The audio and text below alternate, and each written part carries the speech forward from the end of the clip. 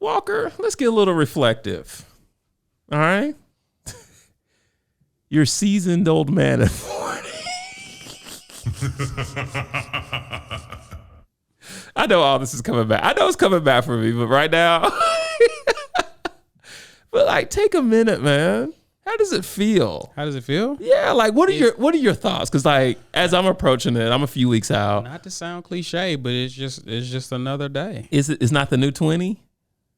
No. Is it the new 30? No. So just another day. You're not like the least bit excited?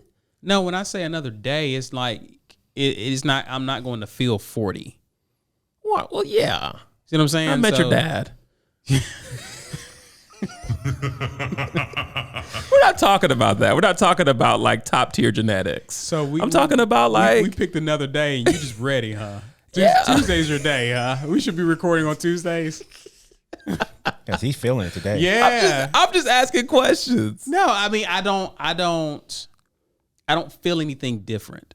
I guess if that answers your question. Okay. But I there's a realization that I will be 40. Yeah. It's weird. It feels weird. I was telling you guys I went to my wife's job, went to the Barons game about a week or so ago. And I actually met like their vice president. Like he just came, sat down at the table with us and was just chopping it up. We were just talking. And so I told him how long I'd been with my current company. And he looked at me and was like, "And how old are you again?" And so he was like, "Dude, you look like you can be in your like low 20s or whatever." So when he told me that, I was like, I'll take it.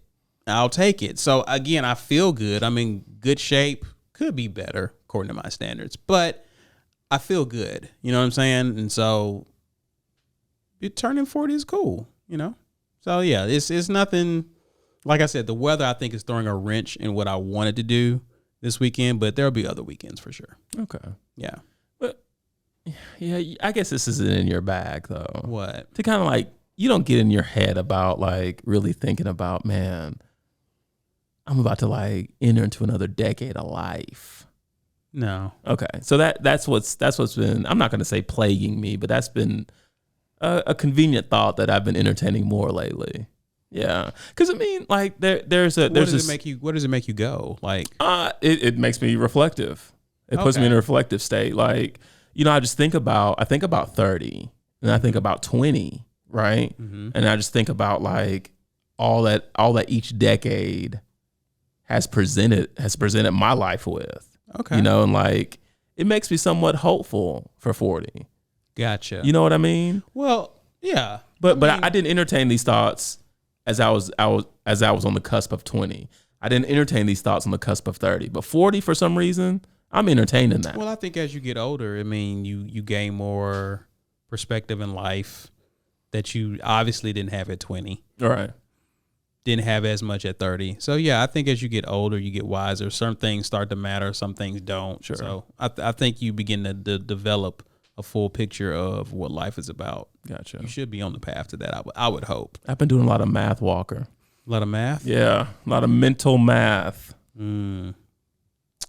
Have you figured out that you may have more days behind you than you do ahead of you? See, that's one of the things. Is that what it is? That's one of the thoughts I've had too. Like that rear view is looking small. No, looking forward is looking small. Oh, that's right. Yeah. I told you my math. No, I didn't say that. You said you're doing mental math. You didn't say it was correct. No, yeah. my mental math is really linked to my kids. Meaning like my youngest at the time of this recording is 4. Mm-hmm. So you shouldn't do this because you really as a parent got to really like savor every minute with your kids. But I can't help but thinking 4 plus 14 is 18. 40 plus 14 is 54. Okay. So like I'm fast forwarding even though I don't need to, but it just puts me in a frame of mind to like when my last one leaves the nest, I'm going to be 54. Okay. Like that's real to me and I can't even explain why that is, but that's part of my thought. Like 40 is the gateway of these morbid thoughts. Have you figured out what age you're going to be a granddad? No. Go ahead, do the math. Well, my boys, 91. Why you? 91? 91, man. Come over here, grandson. Let me tell you something.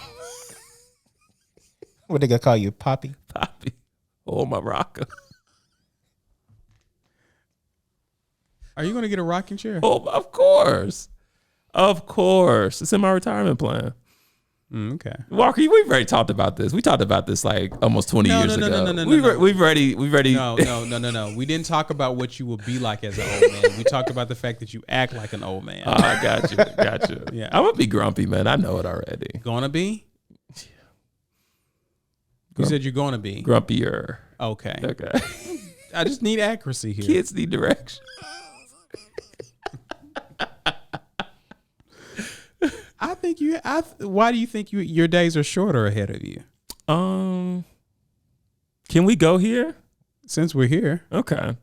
I just you know, I know God's timing is different, but like I don't think I'm gonna be here like past 75. Yeah, dude. What makes you feel that way? Genetics are a factor, right? I don't know. I can't really fuel that with anything tangible, but like 75 is a number that's been in my head. And so now that I'm eclipsing 40, I'm like, kind of like you said, Black, man, that 75 look a little more clear. But you do realize that you've had in your lifetime more access to good health care to extend your life. True. Now I go to the doctor regularly. And a better diet than your predecessors, right? True.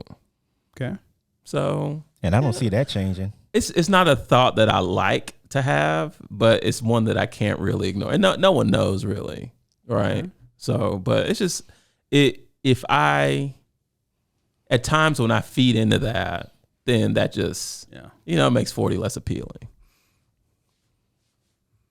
Now, these are brief periods. I don't like wallow in this, but like that's good to know.